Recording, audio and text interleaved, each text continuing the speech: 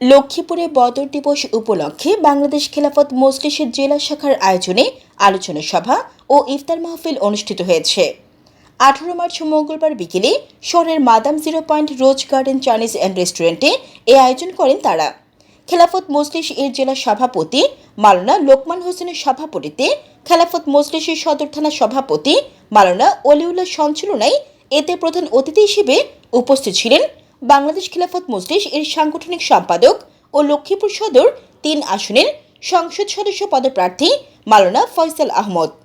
অনুষ্ঠানে বিশেষ অতিথি হিসেবে উপস্থিত ছিলেন পুলিশ লাইন্স জামে মসজিদ এর খতিব মাওলানা সুলাইমান, বণিক সমিতির সভাপতি আবুল কালাম আজাদ, সহ সভাপতি আব্দুল আজিজ। অনুষ্ঠানে আরও উপস্থিত ছিলেন গণ অধিকার পরিষদের জেলা সভাপতি অ্যাডভোকেট নূর মোহাম্মদ, সুলাইমান হোসেন, জাতীয় নাগরিক কমিটির জেলা আহ্বায়ক আরমান হোসেন, মাওলানা মাহমুদুল্লাহ, মাওলানা মঞ্জুরুল ইসলাম নাদিম, মাওলানা ইউসুফ হাবিব, মাওলানা সাইফুল ইসলাম, মাওলানা মোশাররফ হোসেন, মাওলানা তোফায়েল আহমেদ, মাওলানা মোহাম্মদ ওমর ফারুক ও শাহাদাত হোসেন সহ আরও অনেকে। অনুষ্ঠানে বক্তারা খেলাফত প্রতিষ্ঠার লক্ষ্যে গণ আন্দোলন গড়ে তোলার জন্য ধর্ম বর্ণ ভিন্নমত না হয়ে সবাইকে একযোগে কাজ করার জন্য উদাত্ত আহ্বান করে বদর যুদ্ধের বিভিন্ন তাৎপর্য তুলে ধরেন। জান্নাতুল আফসানা, নিউজ ডেস্ক।